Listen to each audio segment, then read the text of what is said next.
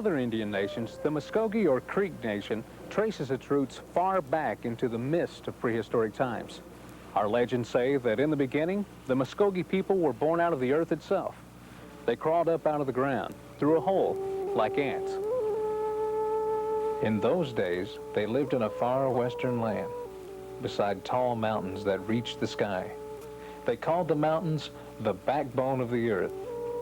Then a strange fog descended upon the earth, sent by the master of breath, Hisagadamasi. The Muskogee people could not see. They wandered around blindly, calling out to one another in fear. They drifted apart and became lost. The whole people were separated into small groups, and the people in these groups stayed close to one another in fear of being entirely alone. Finally, the master had mercy on them. From the eastern edge of the world at the sunrise, he began to blow away the fog. He blew and blew until the fog was completely gone. The people were joyful and sang a hymn of thanksgiving to the master of breath. And in the people turned and swore eternal brotherhood. They said that from the groups would be a large family. The members of each group would be as close to each other as brother and sister, father and son. The group that was farthest east and first to the sun praised the wind that had blown the fog away. They called themselves the wind. The fog moved away from the other group. They too gave themselves names.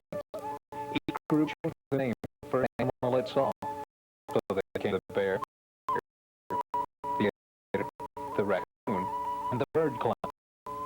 But some say the wing is the most important of all. Our legends also tell us that in ancient times the Muskogee migrated eastward toward the rising sun. They settled in the southeastern region of North America, Alabama, and Georgia.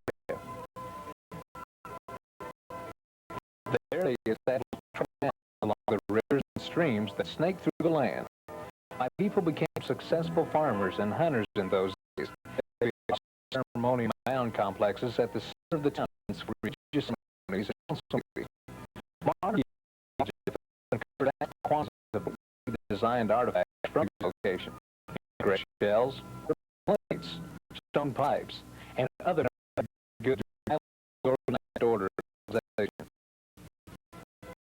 Long before the white man came, the Muskogee people wanted a powerful union and called the Muskogee Confederacy. Their capital was located on the Okmulgee River in what is now, and the adding council art and other activities of civilization. Annual in the town square. Registered town office. The 1840, Hernando de Soto, a Spanish explorer in the army, swept across the lands. It was the first time the Muskogee had entered state, the white man, and hadn't been the same. In the centuries that followed, immigrants from Spain ran in exchange for a new home west of the Mississippi River. Over 4,000 of my people died during the well-known forced migration that followed, the Trail of Tears. They marched through the bitter cold with little food or water to their new life in Indian Territory. Once in Indian Territory, the industrious and determined Muskogee began the difficult task of rebuilding a nation in the unfamiliar land. The ancient tribal towns were reestablished.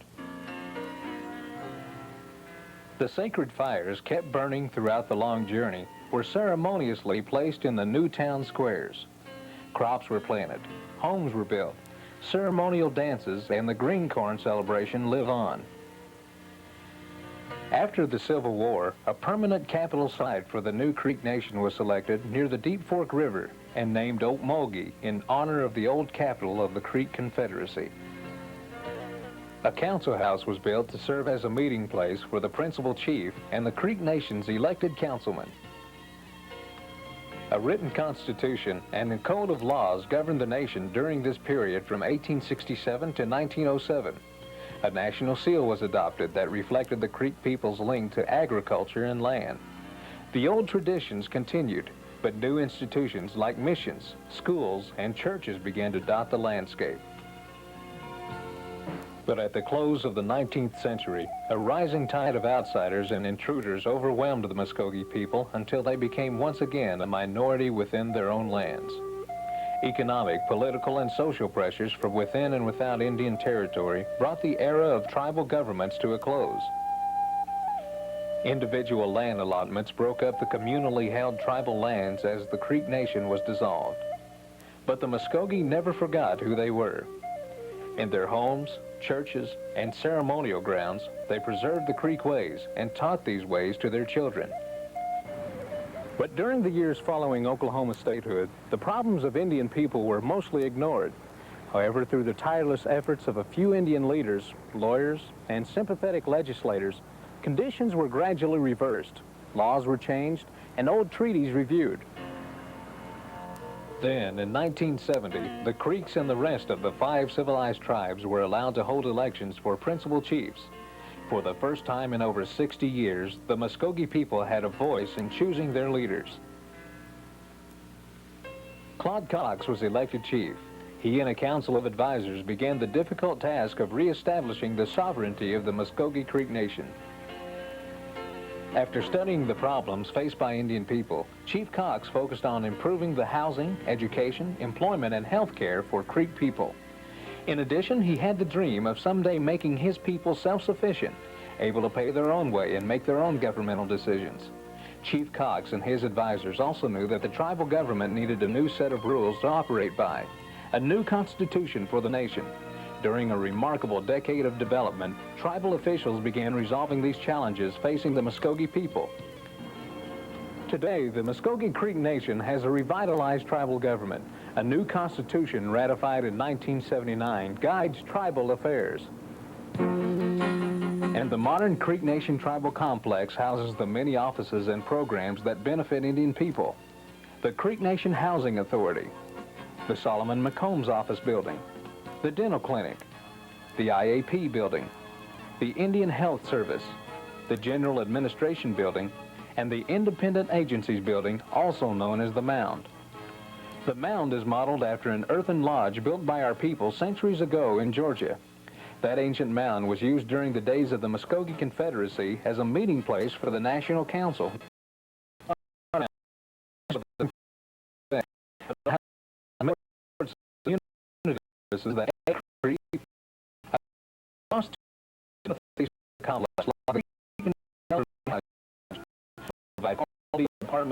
For Creek for through nation.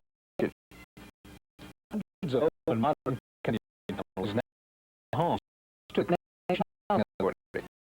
And of other families are experiencing a higher standard of living because of Creek Nation's housing rehabilitation program. In healthcare, the tribe set a shining example which others have now followed. Creek Nation's healthcare delivery system was even featured in a national broadcast segment of the PBS program, Nova. And in the field of health, the Creeks have been the first tribe in the nation to contract with the federal government to run their own health facilities, a hospital and 4 clinics. Sophisticated diagnostic tests, such as ultrasound, are readily available to patients at the hospital.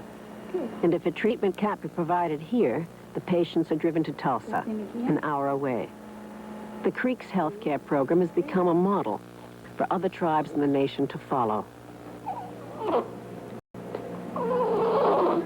There was some concern by the Indian Health Service that we could not provide the level of care that they had provided. However, we've shown that to be otherwise. The patient load has dramatically increased, and we've been able to expand services. There's a strong community spirit among the people that use the health facilities, and that creates a very strong bond between the people that deliver the health care and the people that receive it. The nation's community health centers are located in Sapulpa, Eufaula, and Okemah. The clinics are located in Eufaula, Sapulpa, and Okmulgee. The tribe's control of health care has eliminated waste in the system and increased cost effectiveness. Good nutrition is also an essential part of good health, and Creek Nation is having a positive impact there, too. First, with the implementation of the Elderly Nutrition Program, which has been operating in Creek communities since 1981. Second, the administration of the tribe's Commodity Fish Distribution Program, which was in 1982. These two programs help ensure that low-income and elderly Indian people get good basic nutrition daily. Creek Nation has been so efficient in its administration of programs and its accounting and reporting procedures that the tribe has been awarded their Certificate of Compliance in Financial Reporting for 7 consecutive years. This is the highest form of recognition in the area of governmental financial reporting. In 1982, the tribe assumed the management and operation of all programs previously run by the Bureau of Indian Affairs in the Creek Nation area. This move further reduced duplication of services and improved the performance of these programs for the good of all Indians within the Creek Nation jurisdiction. But these accomplishments were possible primarily because of education, the education of Indian people. Indian people learning how to manage, how to compete, how to succeed. Creek people of all ages benefit from the tribe's current educational and training programs. For preschoolers, there are Creek Nation Head Start centers in Yeager, Eufaula, Sapulpa, and Okmulgee. These programs ensure that 4-year-olds do get a head start in life by providing them with early childhood development activities and hot nutritional meals. For middle school and high school students, special youth programs provide skill training and leadership training for tomorrow's adults. For older students, further assistance is available in the form of scholarships to vocational schools and universities anywhere in the United States. But education has been a high priority with the Creeks for over 100 years. In Indian Territory days, the tribe built its own boarding schools, hired its teachers, and educated its youth to be successful in the white man's world. The Eufaula boarding school, once supervised by Alexander Posey, is the only reminder of that era. In modern surroundings with the latest educational technology, Indian students continue to receive an education that enables them to face the challenges of their times.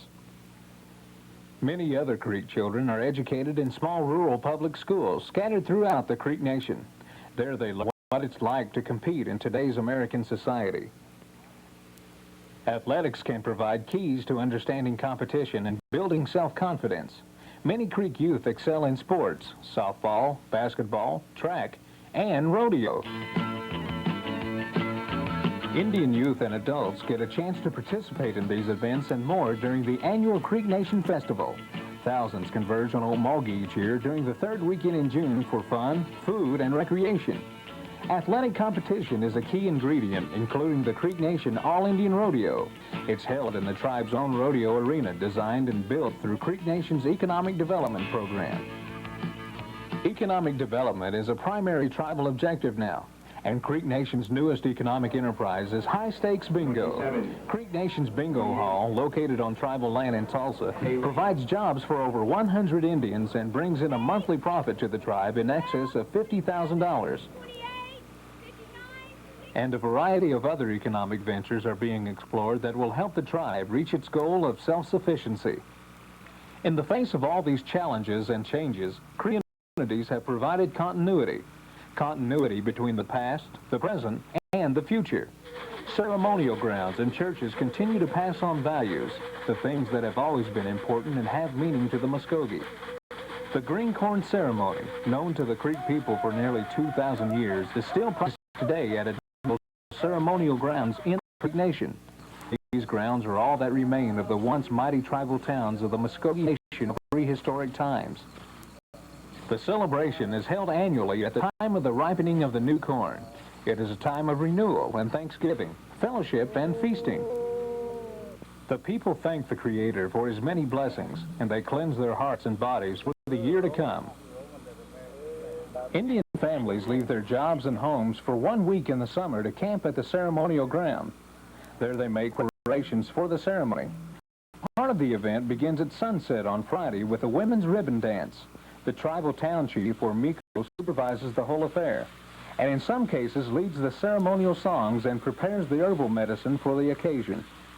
The number 4 is sacred among traditional Creeks, representing the 4 seasons, the 4 directions, and the four phases of a person's life. Everything in the green corn celebration is done in sets of four. The ribbon dance is made up of 4 sets of songs, each set repeated 4 times. The next morning, a new fire is kindled in the middle of the square. 4 logs pointing in the 4 cardinal directions feed the fire. Herbal medicine is prepared by the medicine maker, and all the people in the camp cleanse themselves with it. First, the girls and the women take the purifying and relaxing mixture. Later, the men and boys do the same. That afternoon, the men perform the feather dance. They say that ages ago, these songs were taught to the Muskogee by the white crane. It was a magical time when men and animals spoke the same language, and Indians learned medicine from these animals, the 4-legged ones. That night, the camp is filled with visitors who come to stomp dance all night long. Various singers take turns leading the songs which accompany the stomp dance. The songs are about nature, love, politics, humor, and other things. Another important annual event at the stomp grounds is the stickball game.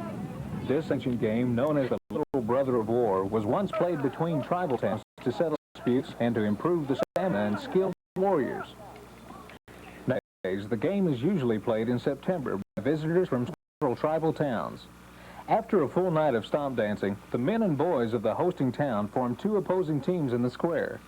Ball sticks laid on the ground ensure that the 2 teams are evenly matched. Then visiting players are called into the square and divided between the teams. Chanting and circling the ceremonial fire for the last time this season, the players begin to mentally prepare themselves for the game. War hoops punctuate the chanting as the spirit of friendly competition mounts. The balls to be used in the game have been especially prepared by the medicine maker, and he carries them to the playing field. The playing field, lined with spectators' cars, is 100 yards long and lies in an east-west direction. The 2 teams are simply named the East and the West. After final preparations, the rules of the game are explained to the players, and they are reminded of ancient tribal roots of this event. Then the game begins. The players position themselves on the field in a series of groupings or clusters. Each cluster is made up of players of both teams. The young boys make up a cluster of their own. Each team scorekeeper keeps track of his team's score with a bundle of sticks. First team brings 20 points wins the game.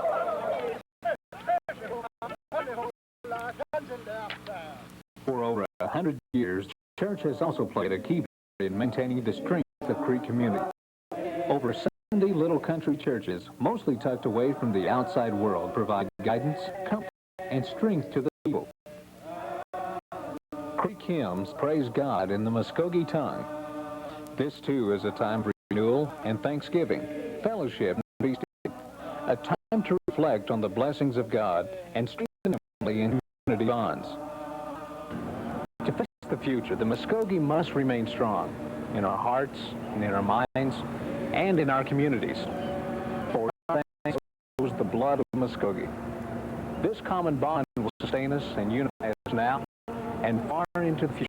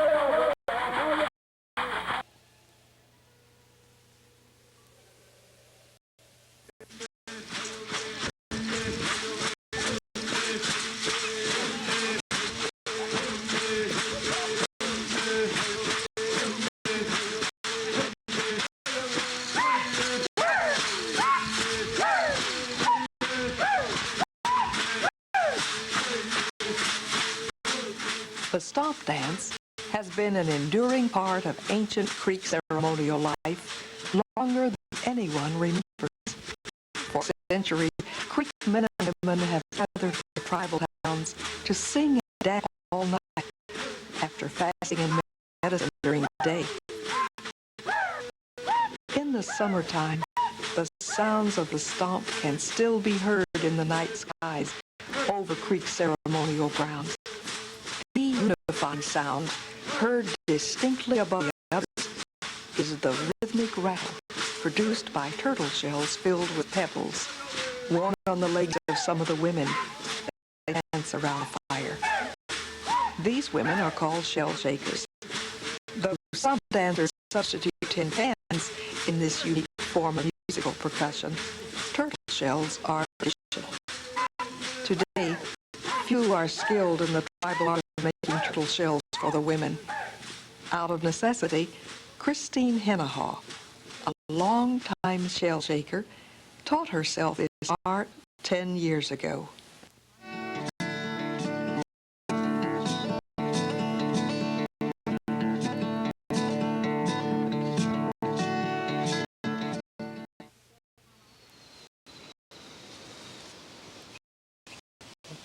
And when I'm going to make a set of turtles, I need 8 on one side and 8 on the other side, left and right leg. And so between 7:30 in the morning till about 9:30, I'll go out. Generally, they're on the highway, biggest part of them you could find. And if I find one, I'll carry a box, not a cardboard box, but a plastic or tin bucket or anything, so they don't crawl out. I'll find one, well, I'll put it in there and keep on going. Say 7 miles to town. Some mornings, well, I'll find 2 or 3, sometimes 1, sometimes none. Every day I'll look that time of the morning, and when I find one, I may not clean it. The day that I get it, I might just pile it up. Then I'll just start cleaning them. And there's some turtles that's got a tropic on its back. I don't need that kind because the Indians call it a snake turtle, that it turns into snake. I use that kind. So I don't get that kind. I get the one that's smooth, and then some have a little, look like flower designs on it. There's a certain way that you tell which is female and which is male. The female have a little flary skirt, I call it flary skirt.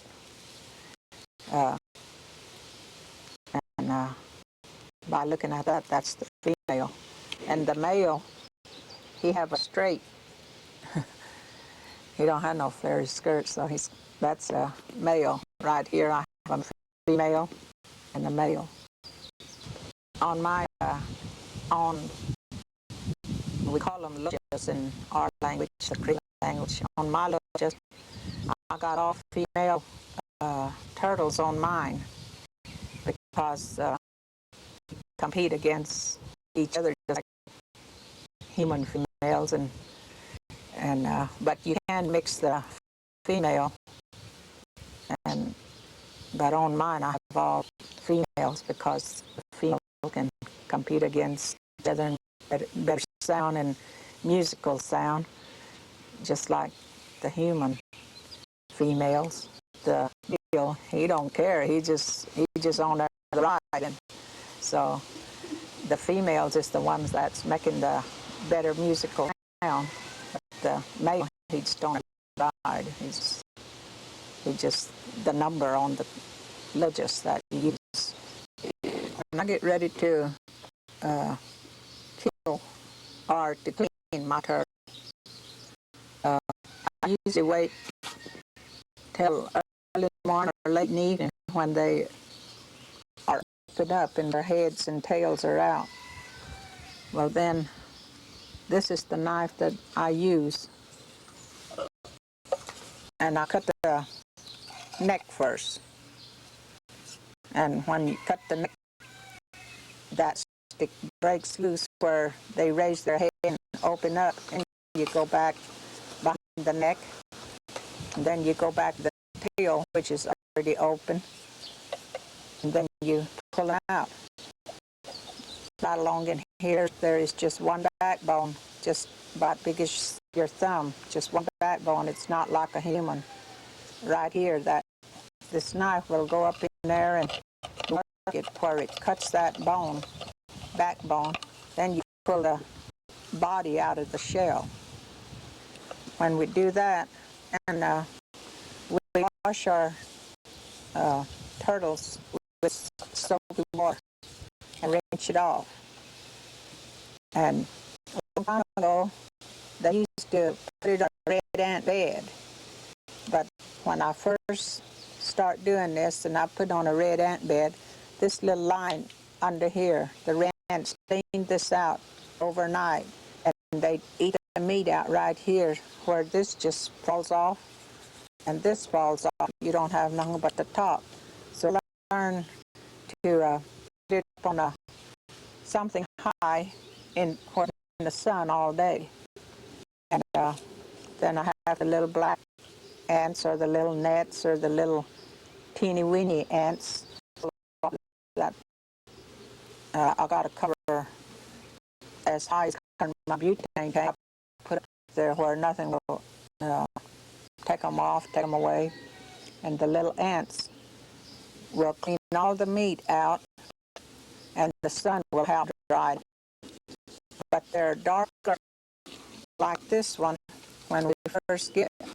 When we wash it in soapy water and then put it out in the sun, well, they get lighter color, just like anything you wash it change color.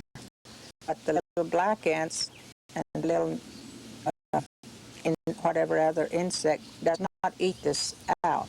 That's the reason why we have the bottom still left on this one.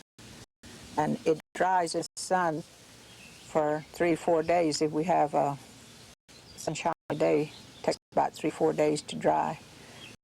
And on top of that, the little insects is eating the meat out of it.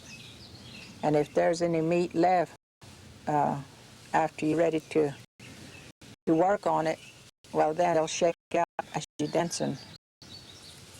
But we wash it in soap and water so it don't have a smell. They don't have no smell to it. But we call them steel green.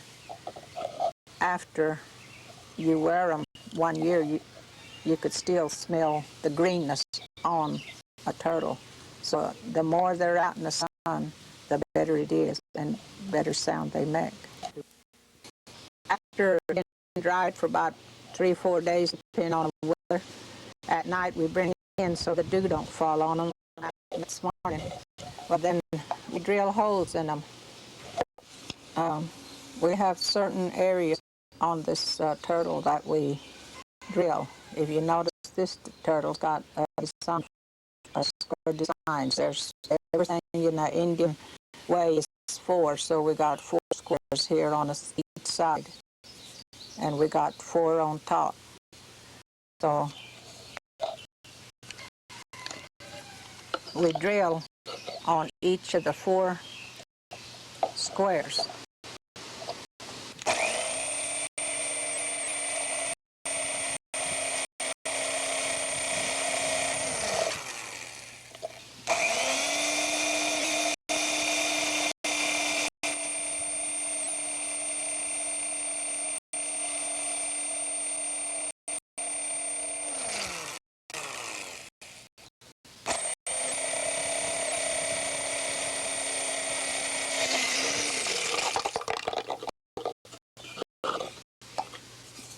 We have to put 2 holes in the front, 2 holes on the one square and 1 on all around, except on top I've got 2 on each of the, like I said, 1, 2, 3, 4 squares, and that's to tie it down.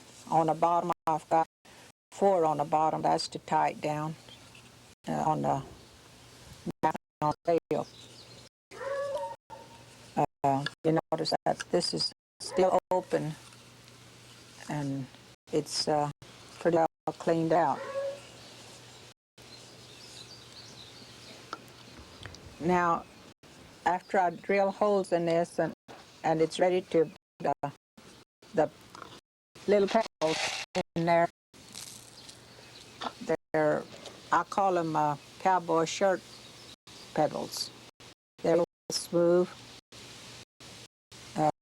Other word, it looks like this in bigger size, and we use I don't know what size you would call these, but they're a little bit bigger holes than a little bit bigger, so they don't come out of the hole. And we use these smooth ones. Other words, it look like this.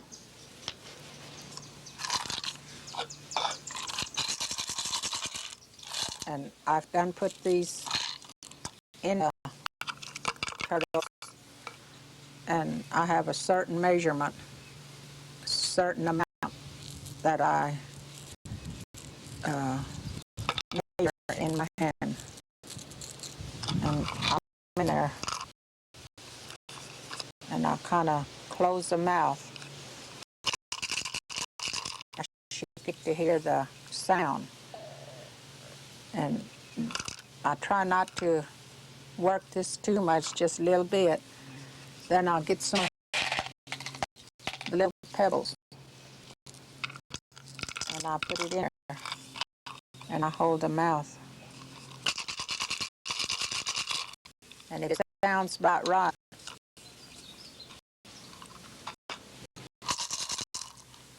it's got the right sound. So where the 2 holes is on top and the 2 on the bottom, I put a real fine wire in there and tie his mouth so I don't lose no pedal. But I don't tie because it's automatically done shut and done glued itself during the drying process. And I just tie his mouth.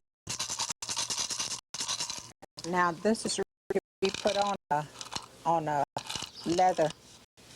And we can't hardly go buy leather every time we need to put it on. So through the time I get ready to put my together, I look for a cowboy boot, and this top part is always a good leather, even though the sole isn't any good. And so yard sales or anybody giving some away, well, I buy it, and then I cut the top off, which looks like this, because it's already shaped like a leg. It's soft. Then I use this knife. When I get my 8 turtles, I have to place them on so I know about whereabouts turtles go.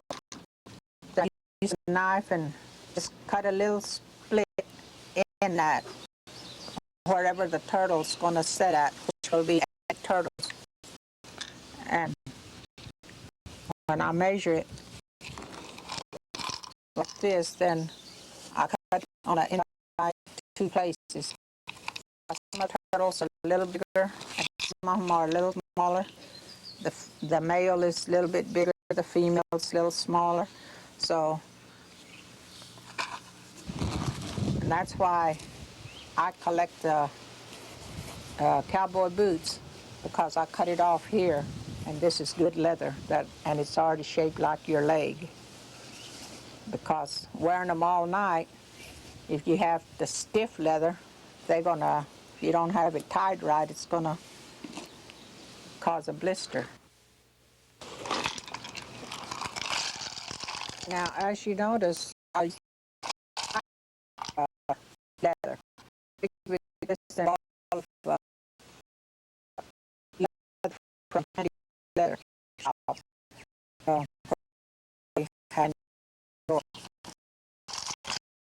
no, it's white.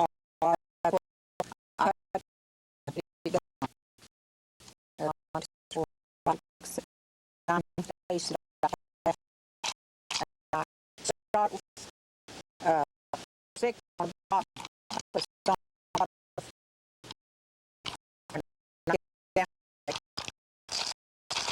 I check.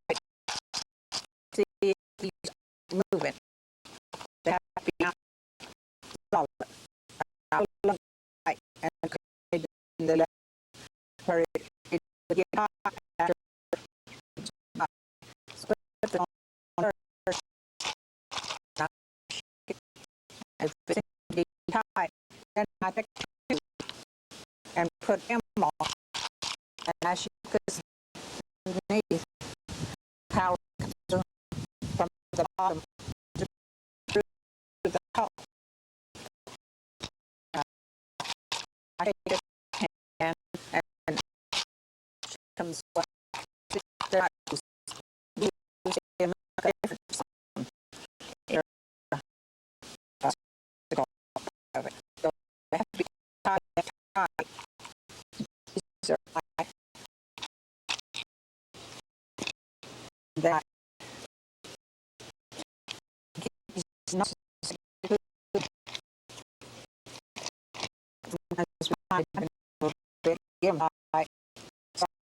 just like a regular boot or a shoe, and I use sometimes these boot leather shoestrings. Sometimes I use the leather itself, the same kind I used on the outside. Then I lace it up like this, and it's ready to put on your leg.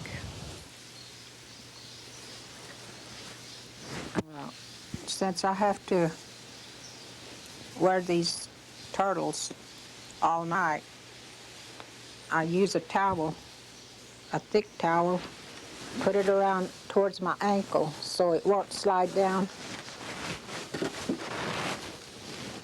and give me blisters on my ankle. Or you could use a baby blanket. But if you do, you use it to the top. I do. I mean, people can use different things, but I use a baby blanket and a towel.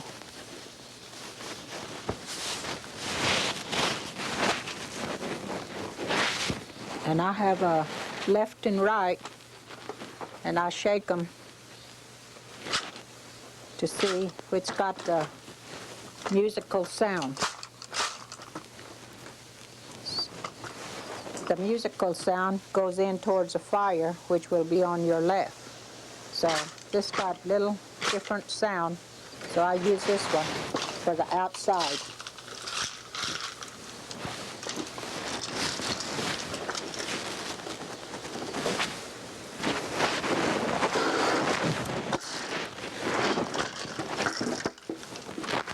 And I've got leather to tie mine with, and I've got 4 holes that I use to tie mine down with.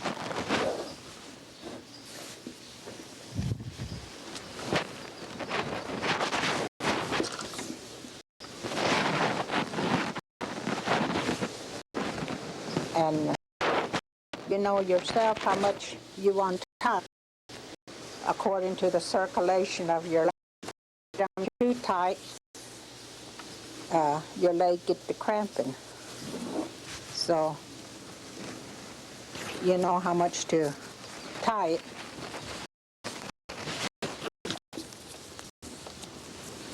And how to tie it on so it's kind of keep from sliding. Sometimes if you have a extra string, you could tie it around top. Or if you got it well padded and tied on top, it don't slide. And you dance all these home. And I really never have weighed these to see how much they weigh.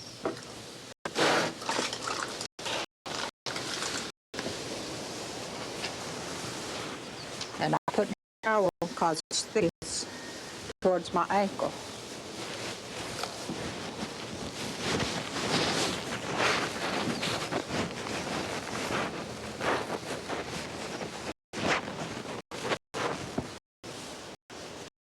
And the baby blanket, I put it to the top because I don't have much shaking on the top like I would sliding down towards my ankle. I got this mark from dancing so many times that the musical sound, I've got a little X in there that would go in towards a fire. As your musical sound is towards the fire, which is on left. Because the dance go one way all the time.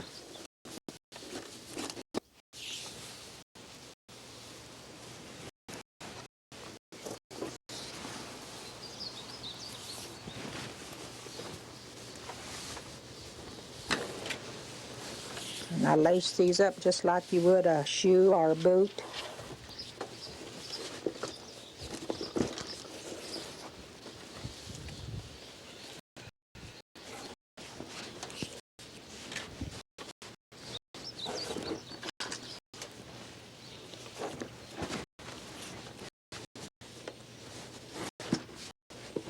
Some people use sponge, but the sponge does not vibrate, your musical sound. It keeps it enclosed. That's why I think a towel or a baby blanket is better to use.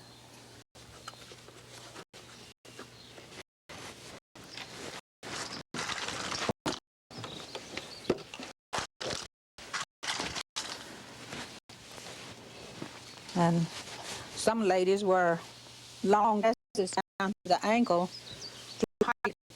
I found out the long dress still out the sound, so mine is just below my knee. And I shake it to see if I got it on tight enough where it don't right there, because it's going to be an all-night dance. That's the sound of it, and you can tell your musical sound is on the inside.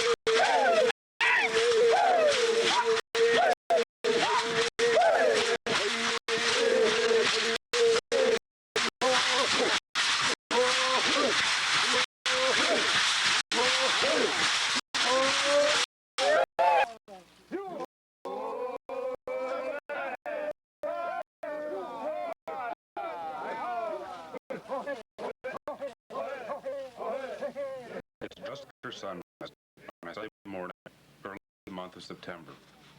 The place is the Green Leaf Ground, one of several Creek tribal town sites in eastern Oklahoma. These Indian people are just finishing a night of solitude around the fire.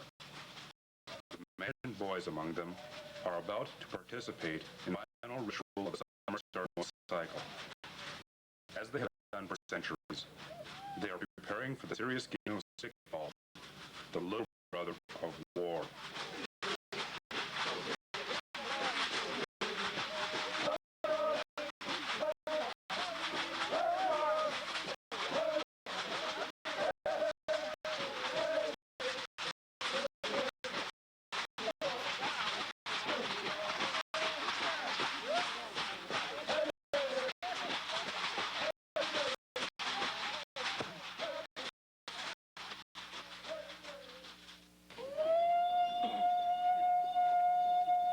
Before the annual stickball game begins, the players gather their bundles of ball sticks, breechcloths, and belts from their overnight resting place. Players from the hosting tribal town form two opposing teams that line up in the square. Ball sticks lay on the ground and ensure the two teams are evenly matched. Then players from visiting ceremonial grounds are called into the square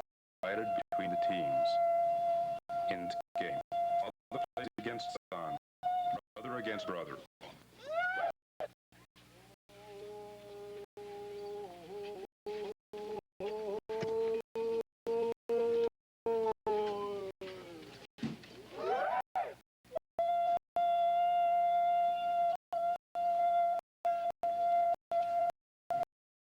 The teams are simply named the East and the West.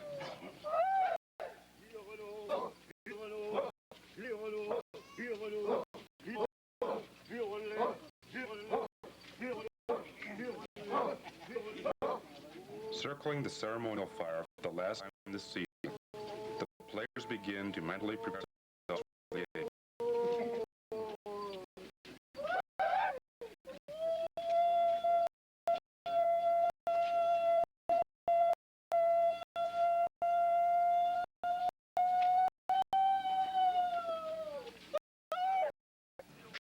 Served both as a farewell to the fair for the year and a song honoring the balls to be used in the day's game. War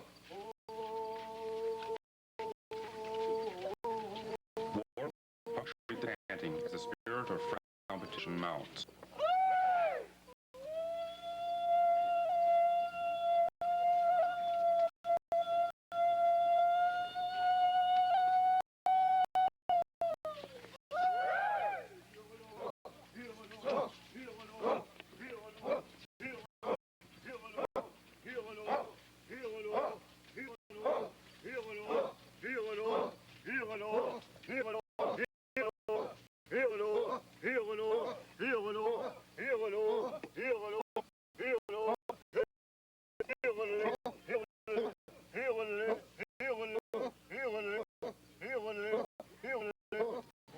Covered balls are filled with herbal medicine, specially prepared by the tribal town chief or medicine maker.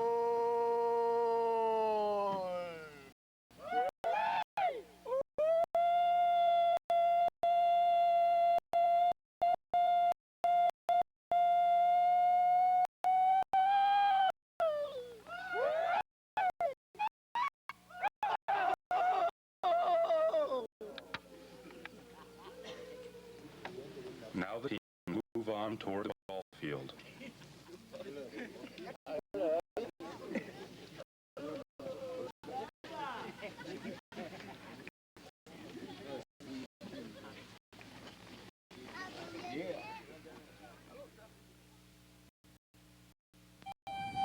The playing field, lined with spectators' cars, is 100 yards long and lies in an east-west direction. Each team enters the field in the direction of a medicine maker, who is actively attempting to influence the play of the game in his team's favor.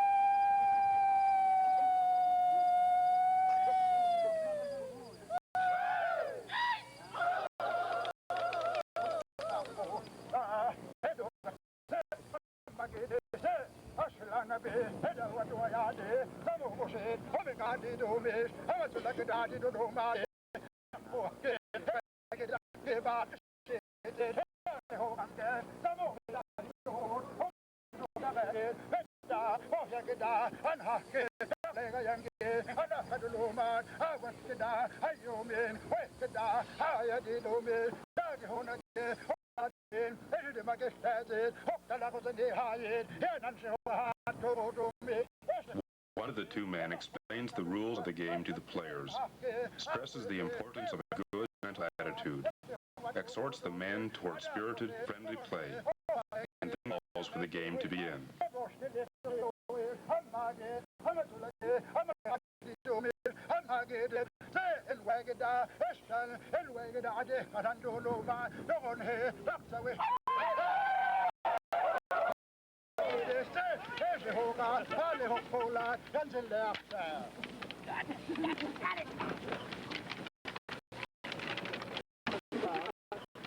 players may not pass the ball with their hands, but must use the sticks to retrieve the ball and pass it on towards the goal.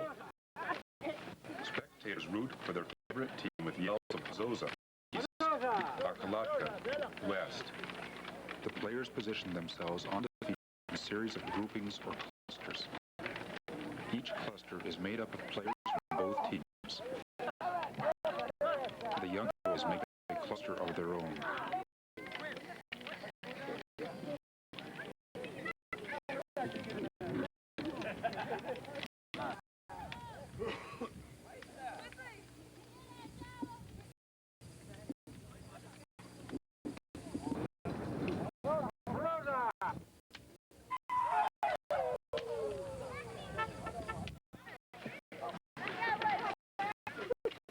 Each team worker keeps track of his team's score with a table of sticks.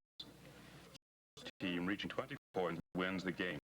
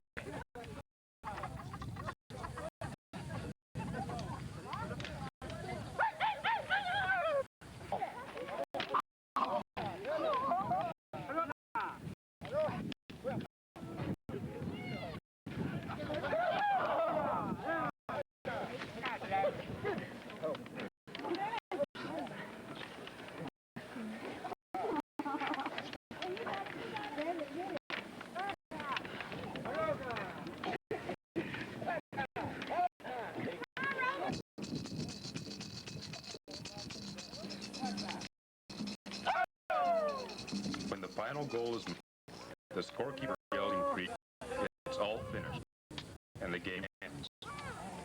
The two teams then come together in the middle of the field to share a smoke and show there are no hard feelings about the game.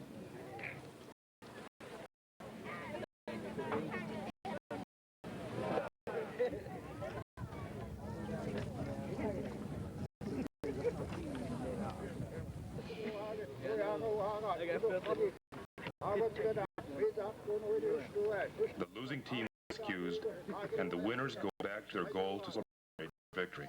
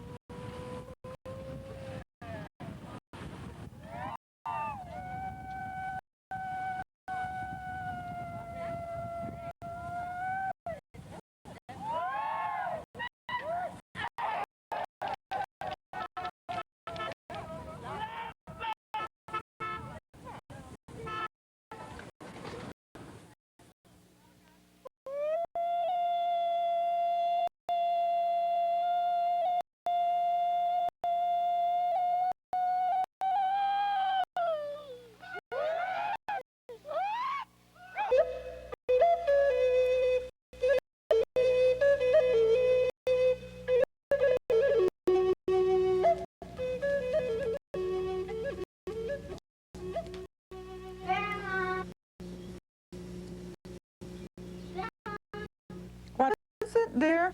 I can't sleep. You must try. I promised your mom and dad you'd be in bed early. I could go to sleep much faster if you tell me a story. All right, maybe just one. Thanks, Grandma.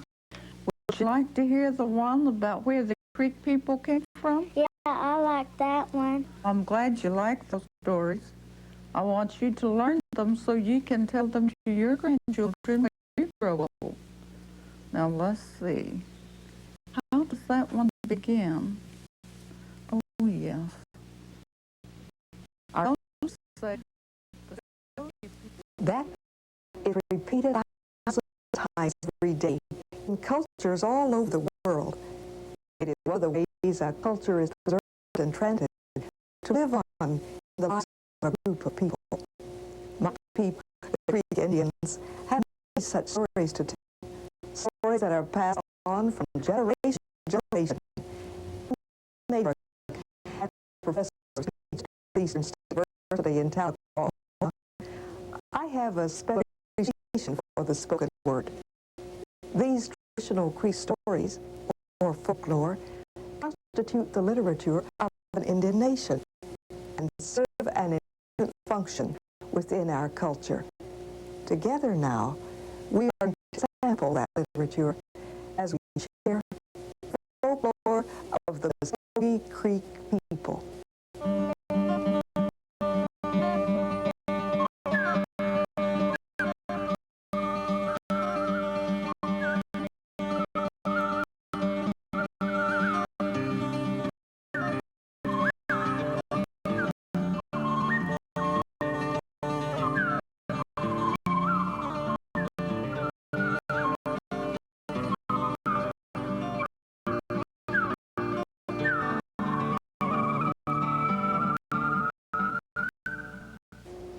Traditional stories of Indian people serve several purposes within the tribe. Grandparents amuse their grandchildren with magical skills and people who inhabit the ancient world while passing on an important cultural trait. And storytellers pass down oral legends and tribal histories to succeeding generations. Today, kids listen to these stories more easily by three ways: legends, myths, and fables. Our first story is a good example of life who has used a style reminiscent of designs found on ancient Muskogee engraved shells. It is told by our elders that in the beginning, the Muskogee people were born out of the earth itself. They crawled up out of the ground through a hole like ants. In those days, they lived in the far western land beside tall mountains that reached the sky. They called the mountains the backbone of the earth. Then a thick fog descended upon the earth, sent by the master of breath, Isagidamisi. The Muskogee people could not see. They wandered around blindly, calling to one another in fear. They drifted apart and became lost. The whole people were separated into smaller groups, and the people in these groups stayed close to one another in fear of being entirely alone. Finally, the Master had mercy on them.